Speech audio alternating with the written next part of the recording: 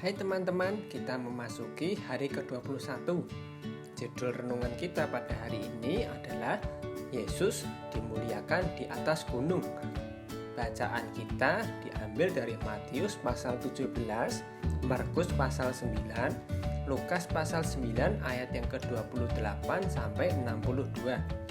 Dan ayat kita pada hari ini diambil dari Matius pasal 17 ayat yang kelima, yang berbunyi demikian. Dan tiba-tiba sedang ia berkata-kata, turunlah awan yang terang menaungi mereka, dan dari dalam awan itu terdengar suara yang berkata, inilah anak yang kukasihi, kepadanyalah aku berkenan, dengarkanlah dia. Teman-teman pasti kenal dong yang namanya Nabi Musa dan Nabi Elia. Mereka berdua adalah nabi yang paling terkenal di Perjanjian Lama. Musa adalah nabi yang membawa keluar bangsa Israel dari tanah Mesir.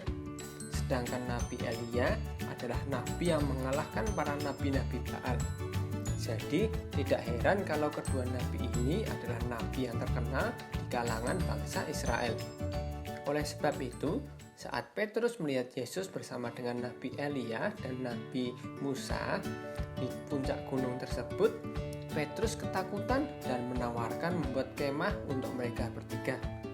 Tetapi pada akhirnya, setelah tiba-tiba turun awan, hanya tinggal Yesus seorang diri, dan dari sana muncul suara yang berkata, inilah anak yang kukasihi, kepadanya lah aku berkenan, dengarkanlah dia. Mungkin kita memiliki orang-orang yang kita kagumi seperti Nabi Elia dan Nabi Musa, seperti bangsa Israel yang menghormati kedua nabi ini.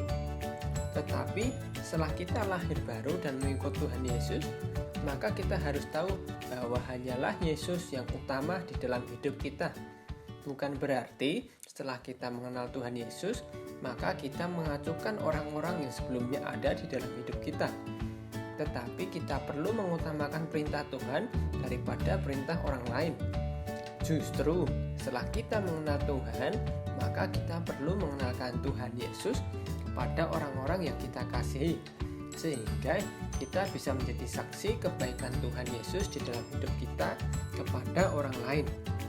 Dan orang lain dapat menyaksikan sendiri bahwa Tuhan Yesuslah yang sudah menyelamatkan mereka ketika mereka percaya kepada Tuhan Yesus. Mari kita berdoa. Tuhan Yesus, ajarkan aku untuk selalu mendengarkan Engkau dan menjadikan Engkau yang terutama di dalam hidupku, supaya aku bisa menjadi saksi bagi orang lain. Amin.